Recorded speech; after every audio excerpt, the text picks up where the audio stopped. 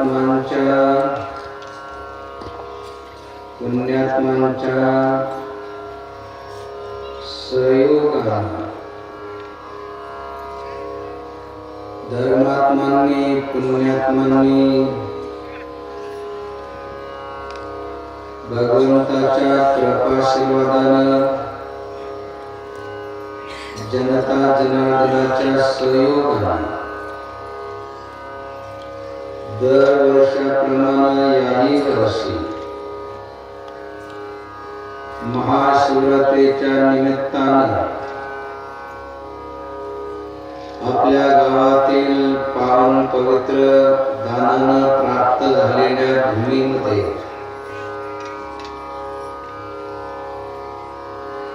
आज जपाला तपाला अनुष्ठानाला सुरुवात झालेली आहे. पूर्व सुकृताचा पूर्व अभ्यासाचा दास सद्गुराचा तोची झाली. जप तप अनुष्ठान करते ऋषी मुनी जन. ऋषी असेल मुनी असेल साधू संत असेल किंवा साधू संतांची ज्यांच्यावरती कृपा असेल असे धर्मात्मा पुण्यात्मा घरदाराची मोहममता सोडून व्रत जीवन जगत या ठिकाणी जपाला तपाला अनुष्ठानाला बसलेले आहे. आणि धर्मात्मा पुण्यात्मा तनानं मनानं धनानं त्यांची सेवा करत आहेत. या ठिकाणी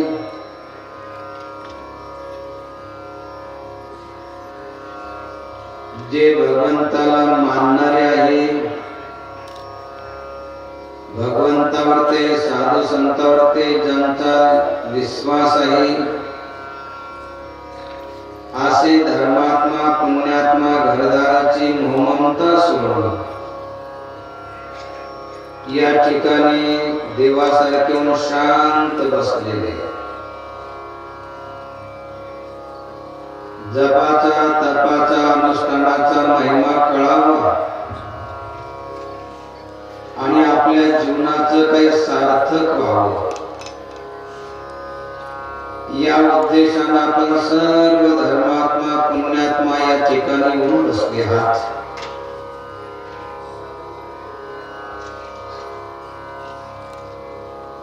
या ठिकाणी पूर्व काळामध्ये धर्मात्मांनी पुण्यात्मांनी भूमिदान केली भगवंताला. आता देखील धर्मात्मांनी पुण्यात्मांनी या ठिकाणी भूमिदान केले. जे भूमिदानाने प्राप्त होते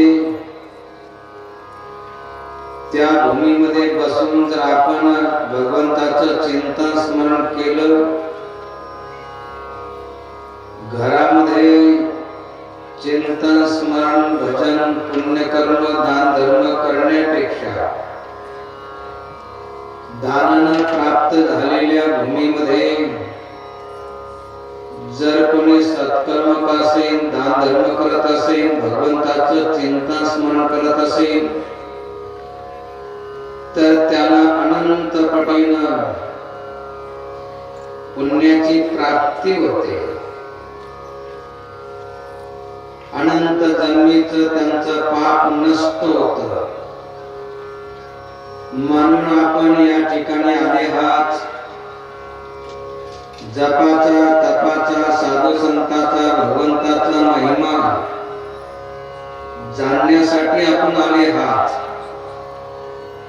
तर जपाचा तपाचा अनुष्ठानाचा दानाचा पुण्याचा जर आपल्याला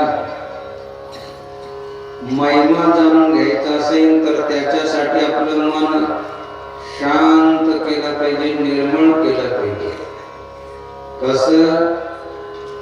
जैसी गंगा वाहे तैसे जाचे मन भगवंत जाण तया जवळे देव भक्ती भावी व्हा आणि स्वानंदाचा गाभा तया दिसे, त्याला स्वानंद सुखाची प्राप्ती होते.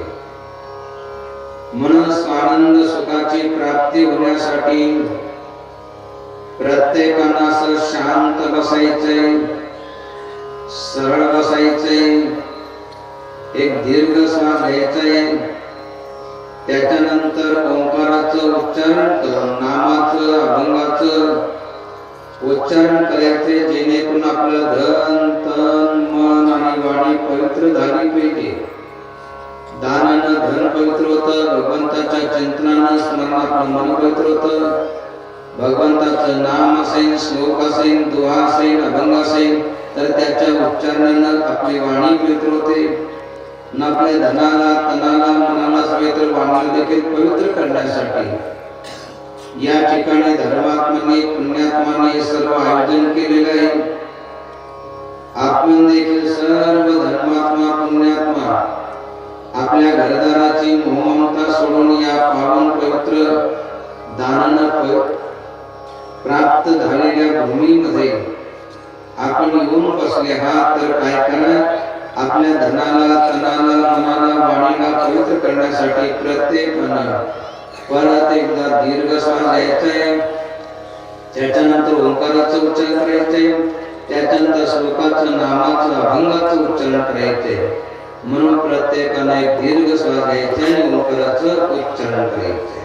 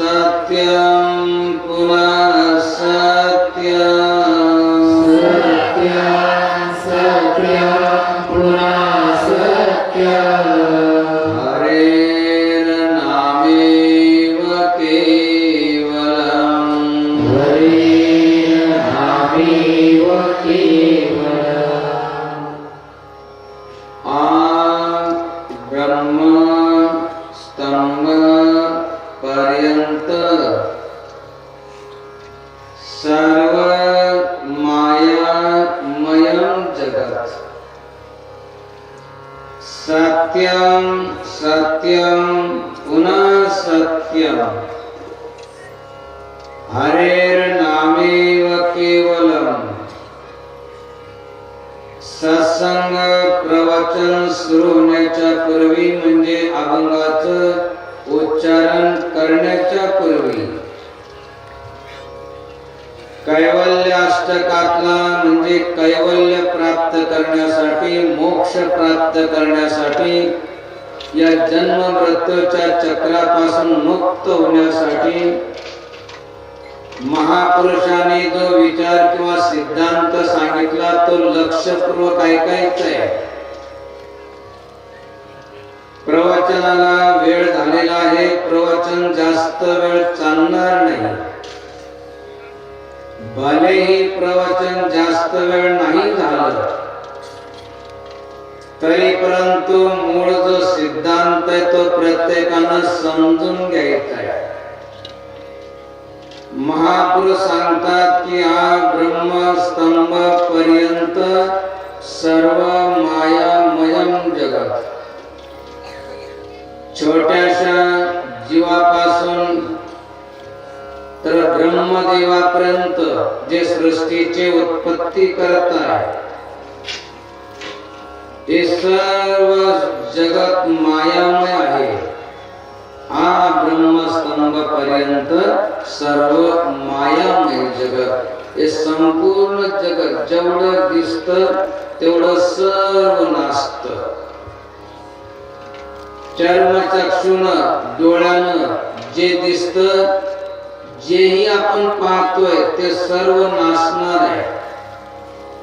मग अंतरचक्षुनं ध्यानाच्या द्वारेनं यद्गत्वा निवर्तन्ते तद्धामं परम मम, तो जो परमधाम आहे त्या परमधामाला जायचं असेल, त्या परमपदाची प्राप्ती करून घ्यायची असेल तर योगी त्या परमधामाला, त्या परमतत्वाला, त्या भगवंताला जे पाहतात, ध्यान अवस्थेन तद्गतेन मनसा पश्यन्ति योगिना, ध्यानाच्या द्वारानं ज्या भगवंताला पाहता येतो तो भगवंत फक्त सत्य आहे, बाकी सर्व मिथ्या आहे. म्हणून हे सर्व जगत जर मिथ्या आहे, माया आहे, अशाश्वत आहे, तर मग शाश्वत काय, सत्य काय? तर महापुरुष सांगतात की सत्यम सत्यम पुन्हा सत्यम. पूर्वी सत्य होतं, आपण नव्हतो तरी भगवंत होते. आपण आहे, भगवंत आहे, आणि आपण या जगामध्ये राहणार नाही, म्हणजे देहानं राहणार नाही तरी भगवंत नेहमी राहणार आहे. अशा प्रकारे त्या भगवंताचं चिंतन स्मरण जो करतो तो भगवंताला देव पाहावयासे गेलो तेथे देवचून केलो, पाहावयासे गेलो देव तेथे मी स्वयमेव, तो भगवंतामध्ये मिळून भगवंत स्वरूप होणार. म्हणून या मायामय सृष्टीपासून आपल्याला जर वाचायचं असेल, शाश्वत परमात्म्याचा साक्षात्कार करून घ्यायचा असेल, भगवंताचं ध्यान चिंतन भजन करून जर भगवंत स्वरूप व्हायचं असेल, अनेकांचा अनुभव आहे की देव पाहावयासे गेलो तेथे देवच केलो, पाहावयासे गेलो देव, अनुभव आला की पाहावयासे गेलो देव तेथे मी स्वयमेव. अशा प्रकारची अनुभूती घ्यायची असेल तर त्याच्यासाठी रात्रंदिवस भगवंताचं चिंतन, आयुष्यभर भगवंताचं चिंतन स्मरण भजन केलं पाहिजे. आणि रात्रंदिवस भगवंताचं चिंतन स्मरण करायचं असेल तर त्याच्यासाठी कथेच्या, कीर्तनाच्या, प्रवचनाच्या निमित्तानं तशी सवय लावून घेतली पाहिजे. ज्यांचं पूर्वजन्माचं काही प्रारब्ध होतं, छोटे छोटे मुलं असेल, तरुण असेल, वृद्ध असेल, व्रतस्थ जीवन जगत भगवंताचं चिंतन स्मरण करतायत. आपणही घरदाराची मोहममता सोडून या ठिकाणी आले हा, तर काय करा की थोडस भगवंताचं चिंतन करा, स्मरण करा, भजन करा. नमः शिवाय, नमः शिवाय, नमः शिवाय, नमः शिवाय.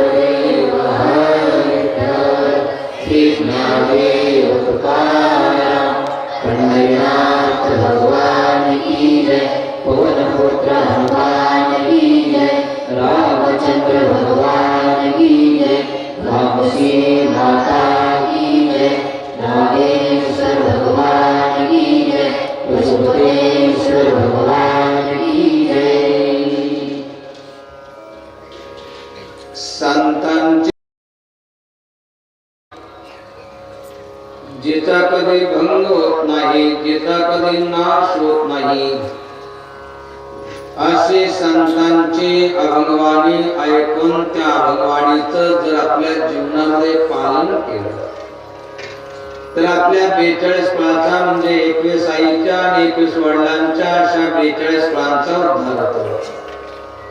संतांची अभंगवाणी केवळ आपल्या वाचन उच्चारणे तर आपली वाणी पवित्र होते. म्हणून आपल्या वाणीला पवित्र करण्यासाठी प्रत्येकानं अभंगवाणीचं उच्चारण केलं पाहिजे आणि प्रत्येकानंच अभंगवाणीचं उच्चारण करता यावे, प्रत्येकाचीच वाणी पवित्र व्हावी या उद्देशानं अगदी साध्या सोप्या चालीमध्ये अगोदर आम्ही अभंग म्हणतो, नंतर प्रत्येकानंच अभंगाचं उच्चारण करायचं.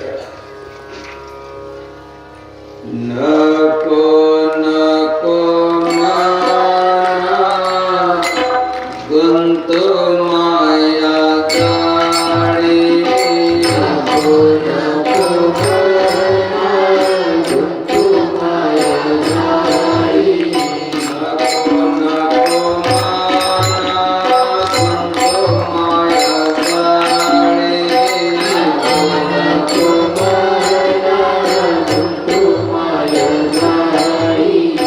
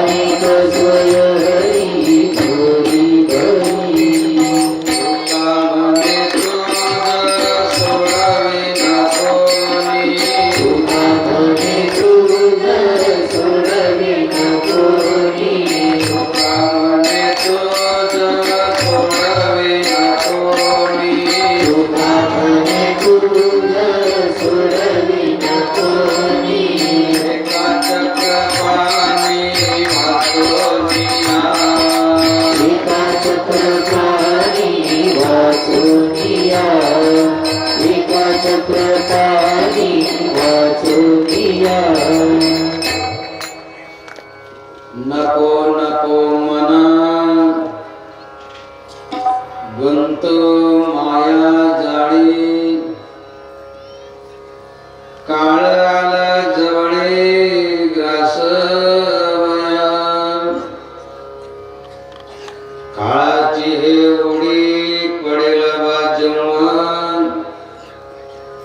सोडवेना तेव्हा माय बाप, सोडवेना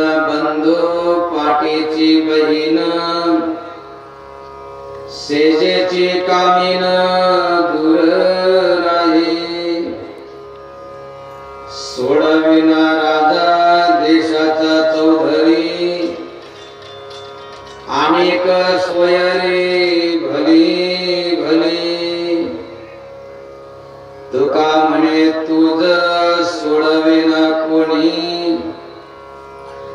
एका चक्र पाणी वाचनिया जगद्गुरु तुकाराम महाराजांचा 5 चरणाचा हा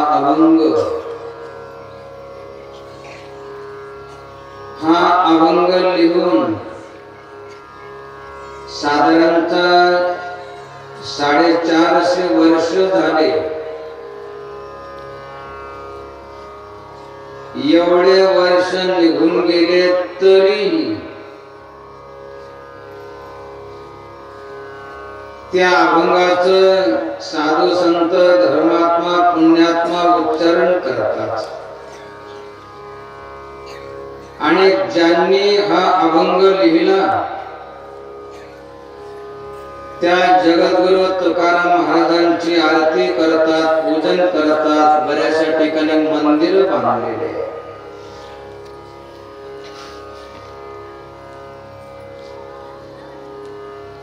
काही असे अभागी लोक जास्तीत जास्त त्यांचं 10व होईपर्यंत त्यांची आठवण करतात.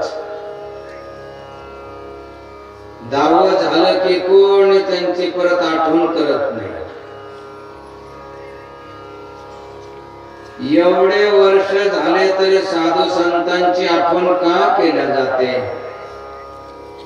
त्याचं कारण काय? तर संत काय करतात? घरदाराचा त्याग केला की जगाला उपदेश करत फिरतात असं नाही. सर्वात पहिले संत काय करतात की आपल्या मनाला उपदेश करतात, आपल्या मनाला समजवतात. असं म्हणतात की मारावे परी कीर्ती रूपी उरावे, मूर्ति से कीर्ति बड़ी बिन पंख उड़ जाए, मूर्ति तो मिट जाएगी कीर्ति कभी न जाए. आणि ज्यांची कीर्ती या जगामध्ये कोणी गात राहत, दुसऱ्याला सांगत राहत, असा पुण्यात्मा ज्याही ठिकाणी जन्म घेतो एकतर भगवंतामध्ये मिळून भगवंत स्वरूप होऊन जातो, किंवा जिथेही जन्म घेतो तिथं आपण तरुण जगाला तारण्याचं कार्य करतो. म्हणून आपण तरुण जगाला तारायचं असेल तर त्याच्यासाठी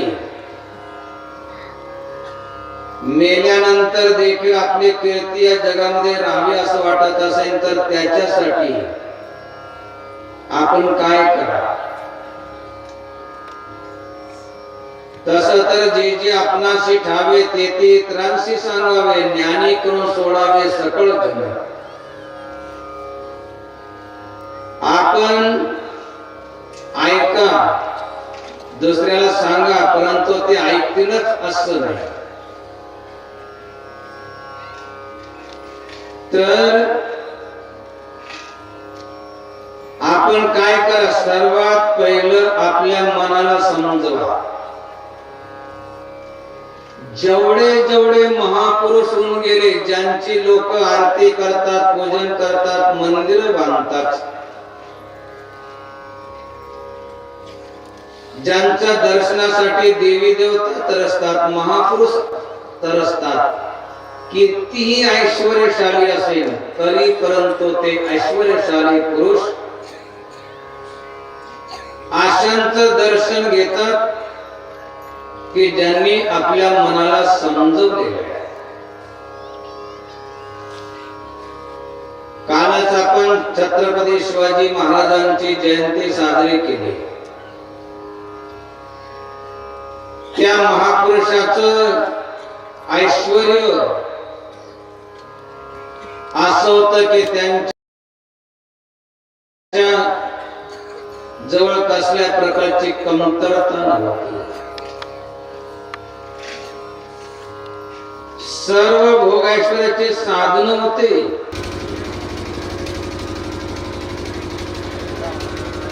एवढे भोग ऐश्वर्य परमेश्वराची साधना असून देखील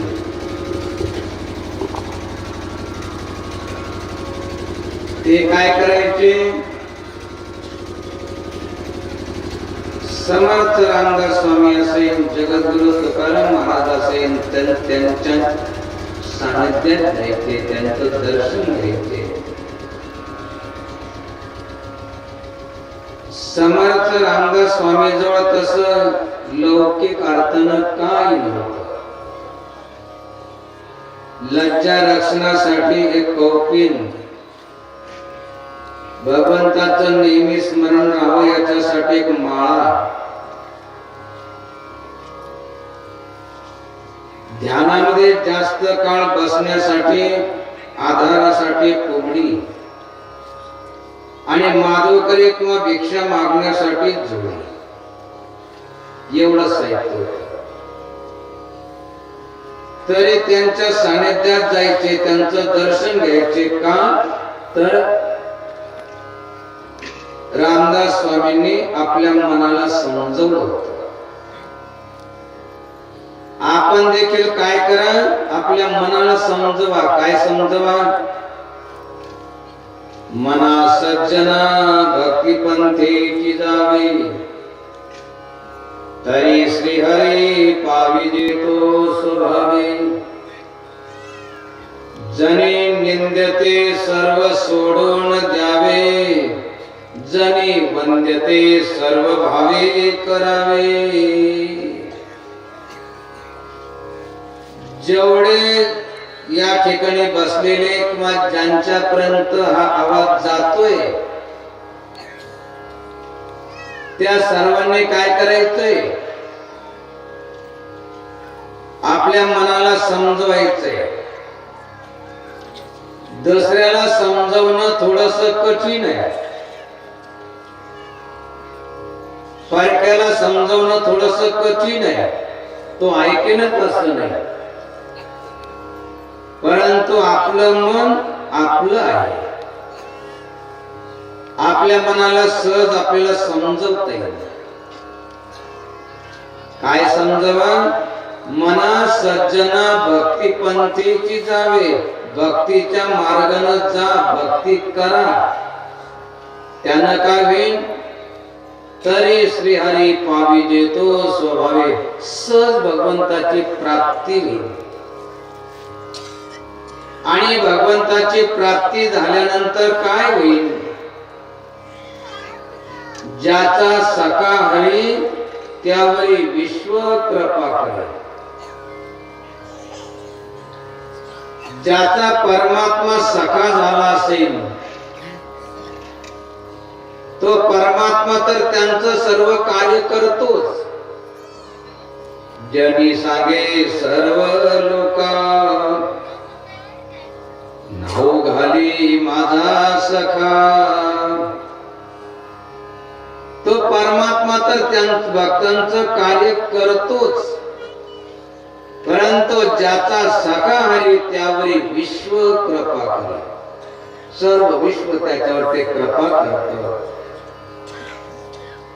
अनुभव आमचा, तो अनुभव आपल्याला प्राप्त व्हावा. परंतु भक्तीच्या मार्गाने जायचं असेल तर काय करा?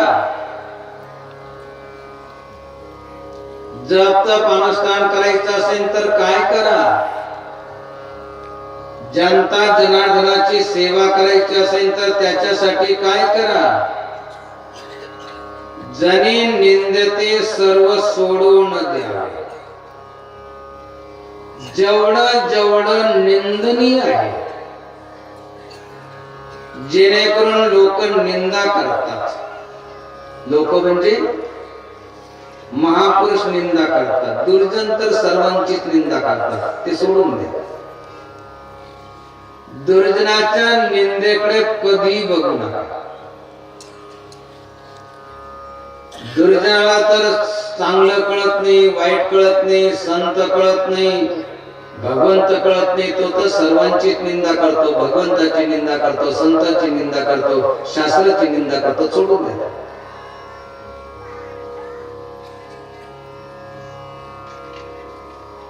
त्याच सोडून द्या. जसं कुत्र जे आहे चोर आलं तरी भुकत आणि एखादे संत आले तरी ते भुकायला लागतात. त्याला नाही कळत चांगलं वाईट. तसे दुर्जन असतात ते तर निंदा करणारच आहे, परंतु महापुरुष एखादे सत्पुरुष जर निंदनीय कर्म केल्यानंतर नाव ठेवत असेल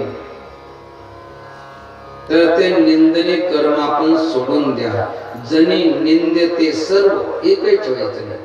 जनी निंदते सर्व भाव सोडून द्यावे आणि जनी वंद्यते सर्व भावे करावे.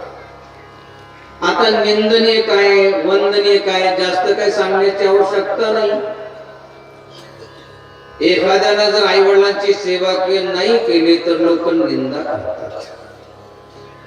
ज्या आई वडिलांनी आपल्याला लहानचं मोठं केलं, आपल्याला सांभाळलं आणि वृद्धावस्थेमध्ये जर त्यांची सेवा नाही केली, त्यांना जर सांभाळलं नाही तर लोक निंदा करतात की आई वडिलांनी एवढं केलं आणि असे दुर्जन निघाले की आई वडिलांची सेवा करत नाही, सांभाळत नाही. ज्या पत्नीनं सर्वस्वाचा त्याग केला, आई वडिलांचा त्याग केला, भाऊ बहिणीचा त्याग केला, गावाचा कुळाचा त्याग केला आणि सर्वस्व त्यागून आपल्यावरती विश्वास ठेवून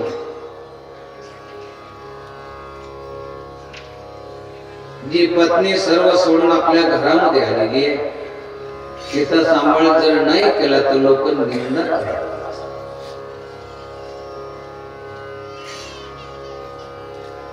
चोरी केली तर लोक वंदन थोडंच करतात, त्याची मिरवणूक थोडंच काढतात आणि काढले तर कसे काढतात, गाडवावरती बसवतात आणि त्याच्या गळ्यामध्ये चपलाचा हार घालतात. अशी मिरवणूक काढायची कोणाची, वरात करावं, गाडावर बसव चांगली चपलाचा माळ घालते. आवडतं कोणाला नाही. पण कोणी जर आपल्याला वंदन केलं, फुलाचा हार घातला, शाल घातली, कशामुळं आपण काहीतरी चांगलं कर्म केलंय, काहीतरी दान केलेलं आहे, काहीतरी पुण्य केलेलं आहे, काहीतरी सत्कर्म केलेलं आहे. जनी वंद्यते सर्व सोडून द्या, जनी वंद्यते सर्व भावे करावे. श्रद्धापूर्वक भावनापूर्वक केलं पाहिजे. सांगायचं तात्पर्य आपल्या मनाला समजवा, जसे संत समजवतात आणि म्हणून संताच्या सानिध्यात सर्वांना सुखाची प्राप्ती होते. या सुखाकारणे देव विडावला, वैकुंठ सोडून संता सदनी राहिला. धन्य धन्य संतांचे सदन, जेथे लक्ष्मी शोभे. कशामुळं मनाला समजवलं, संतांनी मनाला समजवलं, ते वंदनीय झाले. आपण जर आपल्या मनाला समजवलं ना, आपण देखील वंदनीय होऊन जा. जगद्गुरु तुकाराम महाराजांचे अभंग गायल्या जातात, त्यांचा जय जयकार केला जातो, त्यांची आरती केल्या जाते. बऱ्याचशा ठिकाणी त्यांची मंदिरं बांधले. का बांधले? कारण त्यांनी आपल्या मनाला समजवलं होतं. काय समजवलं होतं? आपण त्यांनी जसं समजवलं तसं आपण आपल्या मनाला समजवा. काय समजवा? नको नको माया साडी, नको नको माया साडी, नको नको माया साडी, नको नको माया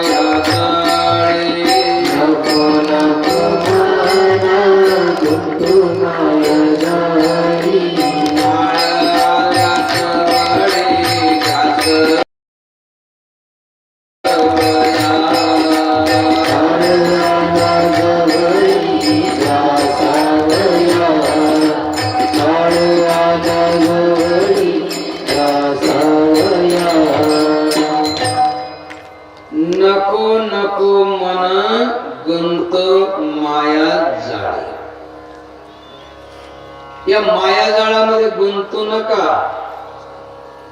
आपल्या मनाला समजवा, कारण जोही मायाजाळामध्ये गुंतला असेल त्याला काळ खाल्ल्याशिवाय राहत नाही. काळ आला जवळी रासव्या.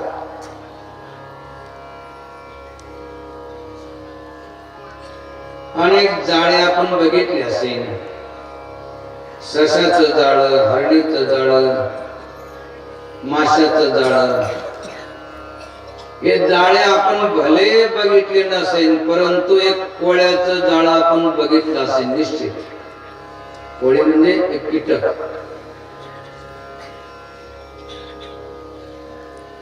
एखाद्या फांदीवर ते, घरावर ते, तो एक जाळं बनवतो आणि त्या जाळ्यामध्ये जोही जीव जंतू अडकला की त्याला तो खाल्ल्याशिवाय राहत नाही. तसं काळानं एक जाळं बनवलेलं आहे. त्या काळाच्या जाळ्याला म्हणतात मायाजाळ. त्या जाळ्यामध्ये जोही अडकतो त्याला उडी मारून काळ खाऊन घेतो. आणि त्या माया जाळामध्ये अडकल्यानंतर असा या जगामध्ये कोणीच नाही की तो माया जाळामध्ये अडकल्यानंतर काळाच्या तावडीतून सोडेल. असे या जगामध्ये कोण आहे हे जाणून घ्या. कोण सोडेल आपल्याला? सर्वात पहिलं आपली जी भ्रांती झालेली आहे, कोणती? आई सोडीन, बाप सोडीन, भाऊ सोडीन, बहीण सोडीन, पती सोडवीन, पत्नी सोडवीन, एखादा मोठा सोयरा असेल तर तो सोडवीन. कोणी सोडवणार नाही. जसं सांगितलं, काळाची हे ओढी पडेल बाजेवा, काळाची हे ओढी पडेल बाजेवा, काळाची हे ओढी पडेल बाजेवा, काळाची हे ओढी पडेल बाजेवा,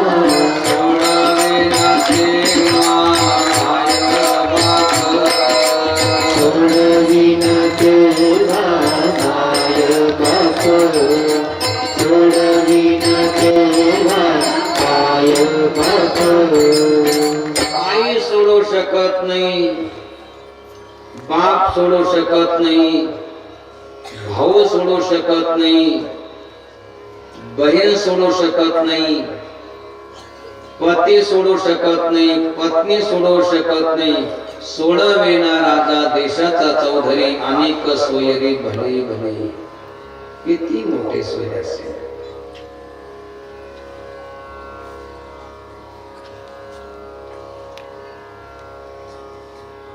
एवढ्या वर्षापासून हा अभंग घेतला जातो. अनेकांचा पाठही झाला असेल, काहींच अगदी चालीमध्ये म्हणता येत असेल. अभंग पाठ झाला, अगदी तालासुरामध्ये म्हणता आला. म्हणजे आपल्या जीवनाचं सार्थक होतच असं नाही. याचा अर्थ पाठ करू नका, तालासुरामध्ये म्हणू नका असं नाही.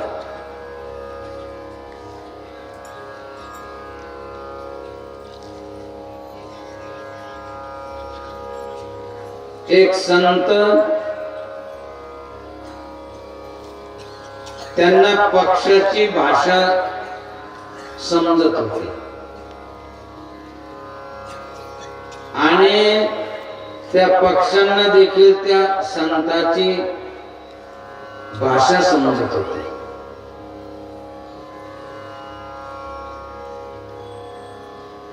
ज्या ठिकाणी ते संत राहत होते त्या ठिकाणी काही पक्षी राहत होते.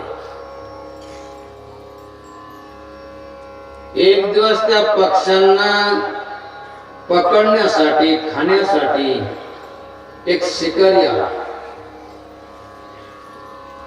म्हणून त्या संतांनी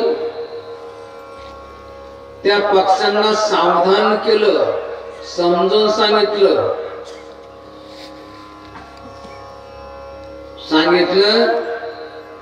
अभी शिकारी आएगा, अपना जाल बिछाएगा, उसमें दाना डालेगा, मोह से उसमें फंसना नहीं. अगदी सर्वांनी पाठ केलं, तालासुरामध्ये गायला लागले. अभी शिकारी आएगा, अपना जाल बिछाएगा, उसमें दाना डालेगा, मुंह से उसमें फंसना नहीं. शिकारी आला,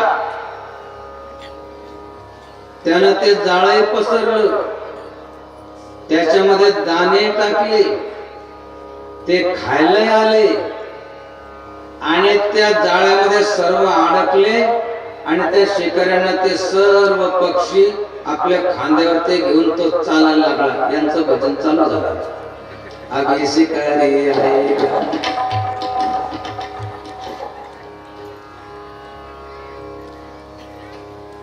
अपना जाल बिछाएगा,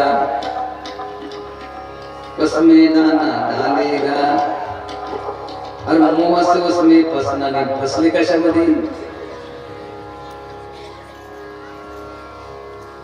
फक्त पाठ झालं, पाठ नाही आचरणात आणलं पाहिजे. तो बोध आपल्या मनामध्ये ठसला पाहिजे. एवढे वर्ष झाले तरी अभंग चालू आहे. आम्हाला असं वाटलं की एखाद्या वेळेस असं वाटतं की आता अभंग बंद करा काय की, पण हे काही दिसत नाही. सुरुवातीला गुरुदेवांच्या मुखातून हा अभंग आम्ही ऐकला. पाठ करायची गरजच पडली नाही, आपोआप पाठ झाला. आणि रात्रंदिवस जणू काय आमच्या कानामध्ये कोणीतरी तो अभंग गातय, सांगतय, म्हणतय असा भास व्हायचा. नको नको मना गुंतू मायाचा, काळा आला जवळे घासवला, काळाची एवढी पडेल बाजूला, सोडविणं तुम्हा माया, आई बाप हो कोणी सोडू शकणार नाही.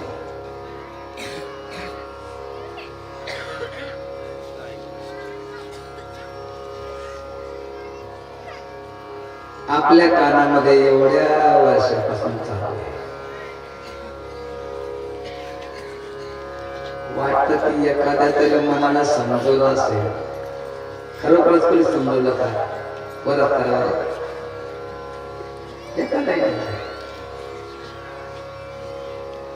आता कुठपर्यंत आपण घ्यायचं म्हणजे तुम्ही समजून घ्या. कठीण आहे माया जाळापासून सोडवणं, थोडं सोपं नाही. पण थोडे बहुत का होईना, जस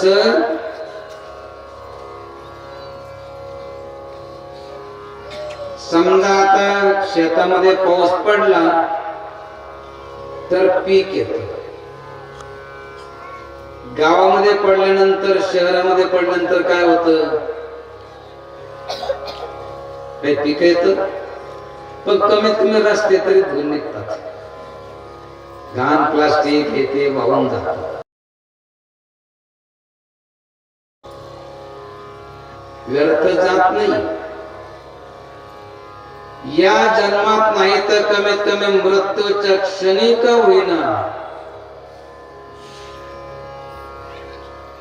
कारण काही काही किती समजून सांगावं नाही लक्षात येत.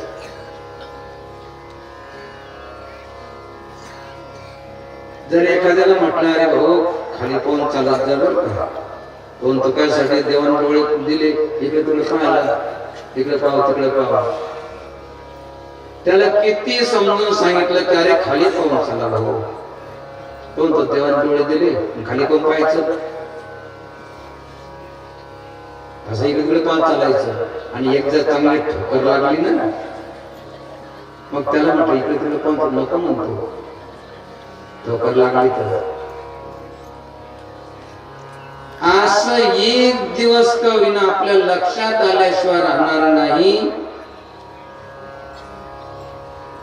की ज्यावेळेस काळ येतो ना, काळ खातो ना, संकट येतं ना, त्यावेळेस कोणी सोडू शकत नाही. कोण सोडवतं? शेवटच्या चरणामध्ये.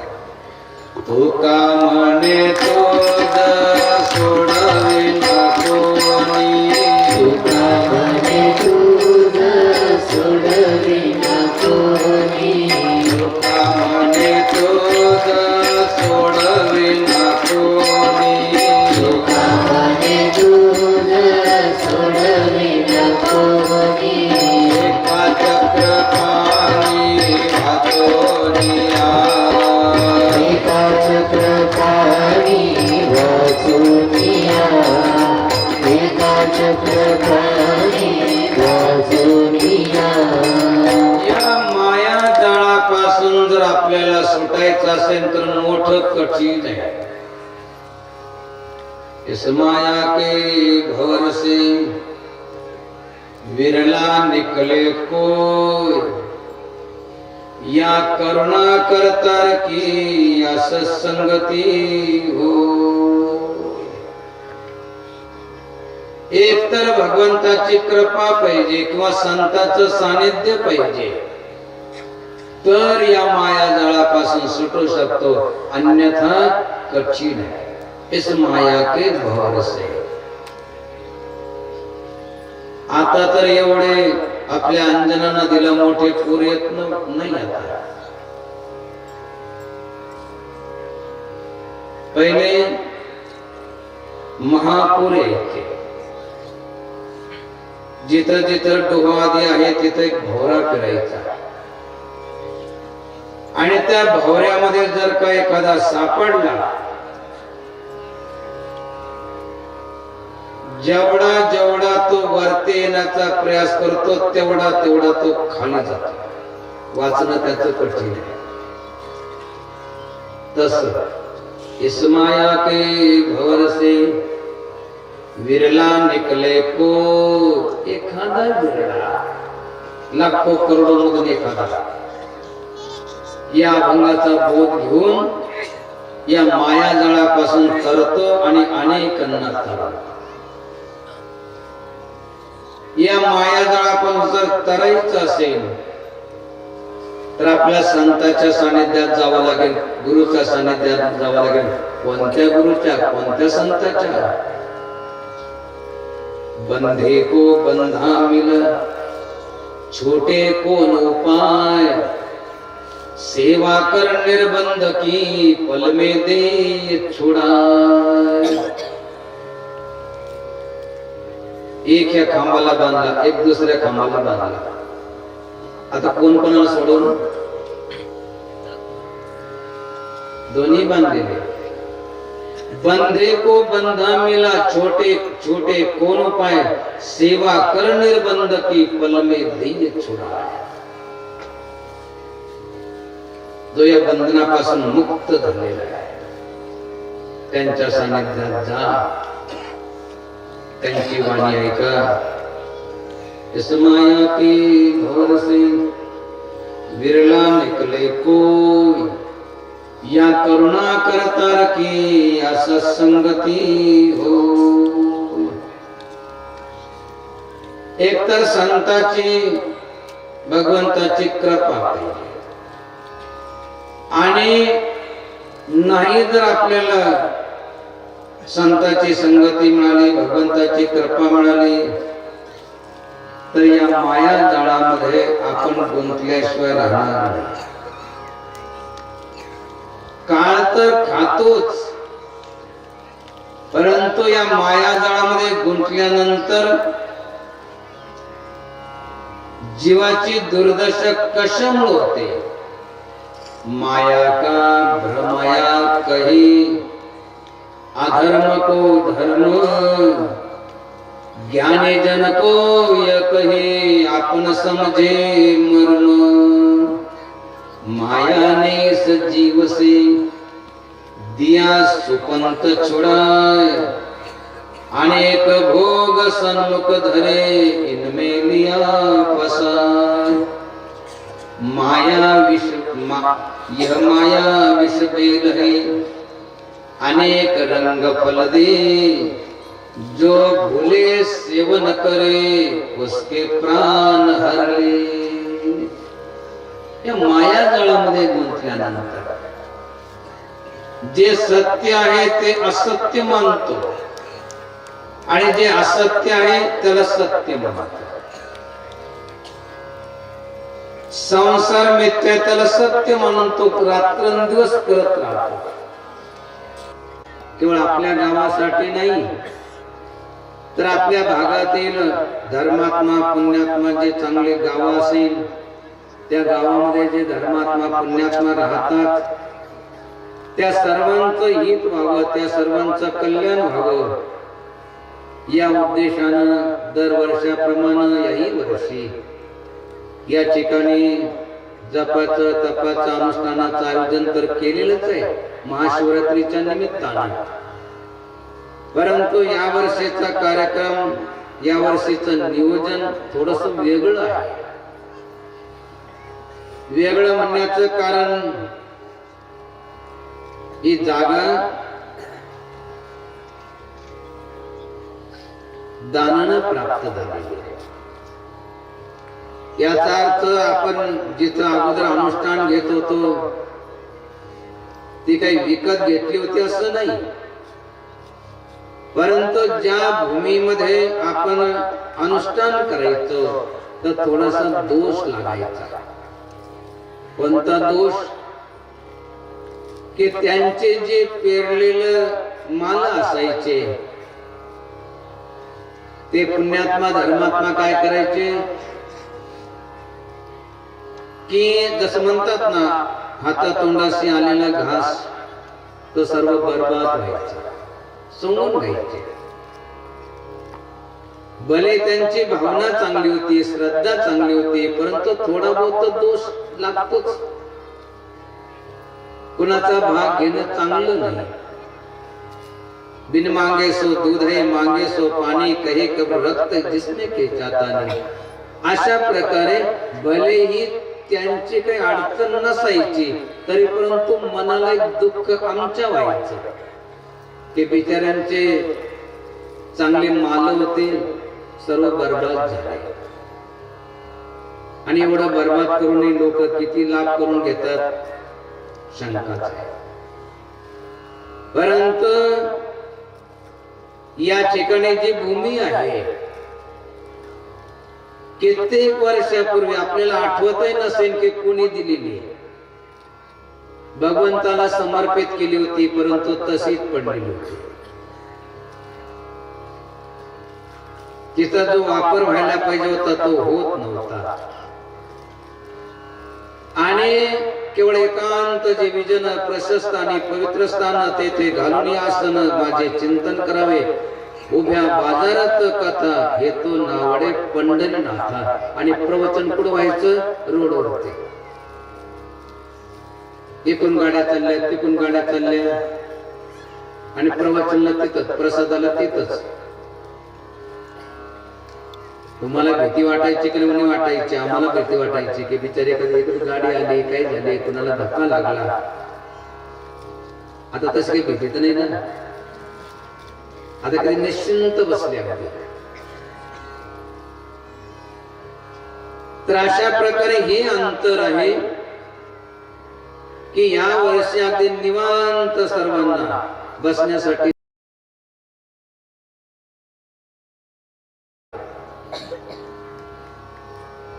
दानानं धर्मात्मने पुण्यात्मने दिलेले पूर्वजन्माचं किती प्रारब्ध असेल संचित असेल भूदान भूपाल त्यांनी हे दान केलं. हा अजून कोणाला दान करायचे असेल तर करू शकतात. आहे संधी अजून करायची असेल तर करू शकतात. भूमिदान करा, कुणाला मुलगा दान करायचा असेल तर मुलगा दान करा, कुणाला भावदान करायचं असेल तर भावदान करा, नवरा नका दान करा.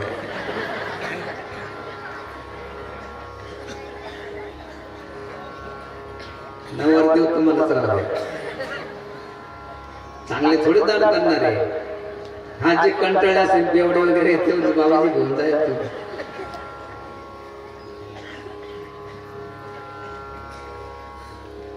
तर अशा प्रकारे संधी आपल्याला आहे, अन्नदानाची संधी आहे, सेवेची संधी आहे. आणि या वर्षी विशेष अजून हे आहे की महाशिवरात्रीच्या निमित्तानं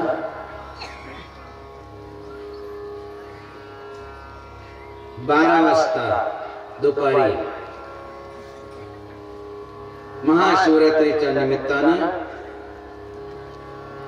शिवपुराणाची कथा दररोज या ठिकाणी चालणार आहे.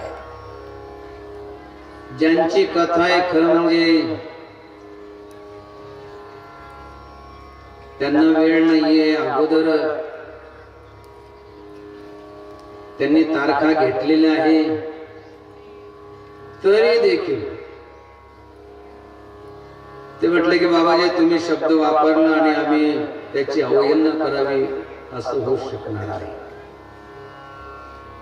म्हणून जिथं कार्यक्रम चालू आहे, कथा चालू आहे, कीर्तन चालू आहे, ते आठवण या ठिकाणी येणार आहे, परत ठरलेल्या ठिकाणी ते जाणार आहे. वेळेचं बंधन आपण पाळायचंय. ते तर कित्येक किलोमीटर येऊन या ठिकाणी कथा सांगणार आहे. परत जे ठरलेले ते अगोदर दिलेले कार्यक्रमासाठी जाणार आहे. तेवढं अंतर तर आपलं काहीच नाहीये. या दृष्टीनं उद्यापासून म्हणजे आजची कथा झाली, परंतु काहींना कळाली, काहींना नाही कळाली. तर अशा प्रकारे महाशिवरात्रीच्या निमित्तानं शिवपुराणाची कथा देखील दररोज होणार आहे.